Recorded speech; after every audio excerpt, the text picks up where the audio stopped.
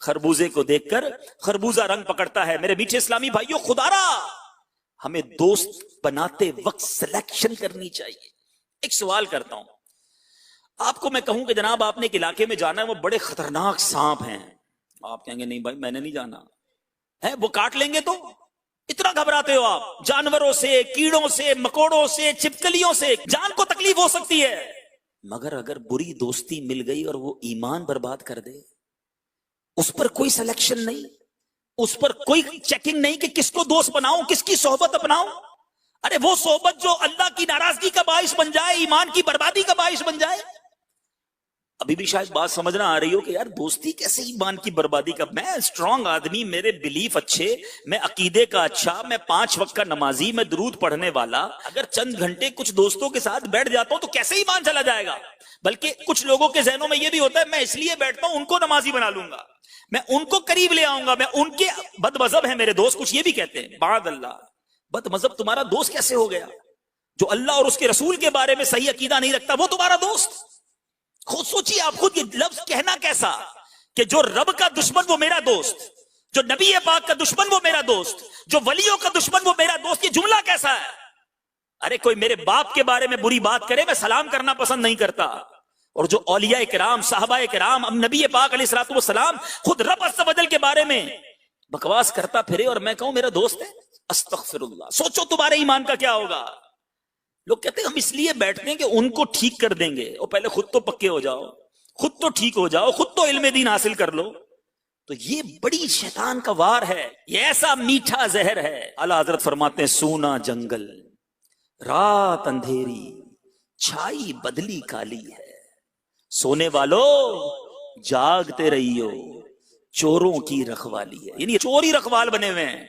اعلیٰ حضرت نے کمال کا محاورہ استعمال کیا، آنکھ سے کاجل صاف چرا لیں یہاں وہ چور بلا کے ہیں. ارے آنکھ سے کاجل کیسے چرایا جا سکتا ہے؟ وہ تو آنکھ کے اندر ہی ہوتا ہے. فرمایا نہیں، ایسے بھی چور آئیں گے. ایسا بھی دور آیا، دین کا نام لے کر، مذہب کا نام لے کر، قرآن کا نام لے کر، حدیث کا نام لے کر، درس قرآن کا نام لے کر بڑے بڑے سٹائل کے ساتھ آئیں گے، اور تمہارا ایمان ہی تم سے لے کے چلے جائیں گے. آنکھ سے کاجل صاف چرا لیں یہاں وہ چور بلا کے ہیں، تیری گٹھڑی تاکی ہے اور تو نے نیند نکالی ہے. ایسے وقت پہ سوئے ہوئے ہو، ایمان چرانے والے آ گئے، مگر آج کسی کو خیال ہی نہیں. ایک فرینڈ سے دوسرا فرینڈ ملا، دوسرے سے تیسرا ملا، اس کا بیک گراؤنڈ کیا ہے، اس کا عقیدہ کیا ہے، اس کے اعمال کیا ہیں، کسی کو کوئی پرواہ نہیں. باتیں بڑی دلچسپ کرتا ہے. اللہ کے بندو یہ سوچو بیٹھے کس کے ساتھ ہو، اس کا عقیدہ کیا ہے، اس کا مولا اس سے راضی ہے کہ نہیں. میرے میٹھے اور محترم اسلامی بھائیوں، میرات المناجی میں ہے کہ سانپ کی صحبت جان لے لیتی ہے، برے یار کی صحبت ایمان برباد کر دیتی ہے. نبی پاک علیہ الصلوۃ والسلام فرماتے ہیں آدمی اپنے دوست کے دین پر ہوتا ہے، اسے یہ دیکھنا چاہیے کہ کس سے دوستی کرتا ہے. اب سوچئے دوست کے دین پر ہوتا ہے. اے بد مذہبوں کے ساتھ اٹھنے بیٹھنے والوں، اے بد مذہبوں سے دوستیاں کرنے والوں، اے ان کے سلسلوں کو، ان کے پروگرامز دیکھنے والوں، ان کے سوشل میڈیا پر کلپ دیکھنے والوں، دوسروں کو فارورڈ کرنے والوں. لوگ کہتے ہیں میں سنتا سب کی ہوں، اب میرے عقیدے پہ کوئی اثر نہیں پڑتا. نہیں میرے میٹھے اسلامی بھائیوں، ہم نے ان کی سننی بھی نہیں ہے. جس نے میرے آقا کی نہیں سنی، جس نے صحابہ کی نہیں سنی، جس نے رب سے سچا بھروسہ نہیں رکھا، ہم نے اس کی بات کیوں سننی ہے؟ اور یہی انداز ہمارے اسلاف کا بھی ہوا کرتا. اعلیٰ حضرت امام اہل سنت اسلاف کا طرز عمل نقل کرتے ہوئے فرماتے ہیں، حضرت سیدنا سعید بن جبیر جو کہ شاگرد ہیں عبداللہ ابن عباس رضی اللہ تعالیٰ عنہما، ان کو راستے میں ایک بد مذہب ملا، کہا میں کچھ عرض کرنا چاہتا ہوں. آپ نے فرمایا میں سننا نہیں چاہتا. عرض کیا بس ایک کلمہ سن لے میرا. آپ نے انگوٹھے سے اشارہ کیا کہ آدھا کلمہ بھی نہیں سننا تیرا. لوگوں نے عرض کی یہ کیا وجہ ہے؟ تو آپ نے فرمایا یہ ان میں سے ہے، یعنی یہ گمراہوں میں سے ہے، میں نے اس سے کوئی بات نہیں سننی ہے. اسی طرح امام محمد بن سیرین رحمت اللہ تعالی علیہ کے پاس 2 مذہب آئے. لوگ کہتے ہیں یار قرآن ہی سن رہا تھا نا، میں تلاوت ہی تو سن رہا تھا، تفسیر قرآن ہی تو سن رہا تھا، میں نے اور کچھ نہیں سننا، بس قرآن سیکھنا ہے. سنو، ہم نے بد مذہبوں سے کچھ بھی نہیں سیکھنا. امام محمد بن سیرین کیا فرماتے ہیں، ان کے بعد 2 بد مذہب آئے. عرض کی کچھ آیات کلام اللہ ہم آپ کو سنائیں، صرف آیات قرآنی. فرمایا میں سننا نہیں چاہتا. عرض کی کچھ ہم آپ کو احادیث سنائیں. آپ نے فرمایا میں سننا نہیں چاہتا. انہوں نے اصرار کیا. تو فرمایا تم دونوں اٹھ جاؤ یا میں اٹھ جاتا ہوں. آخر وہ چلے گئے. تو لوگوں نے عرض کی کہ حضور حرج کیا تھا, وہ آیتیں تو سنا رہے تھے نا, حدیثیں ہی تو سنا رہے تھے. آج لوگ یہی کہتے ہیں نا یار ہم صرف قرآن سنتے ہیں, میں بچوں کو اس لیے بھیجتا ہوں فلاں جگہ پر کہ بچہ قرآن سیکھ کر آ جائے. ارے اس کے پاس بھیجتے ہو جس کا عقیدہ ہی ٹھیک نہیں, تو تمہارے بچے کو کل کیا بنا دے گا.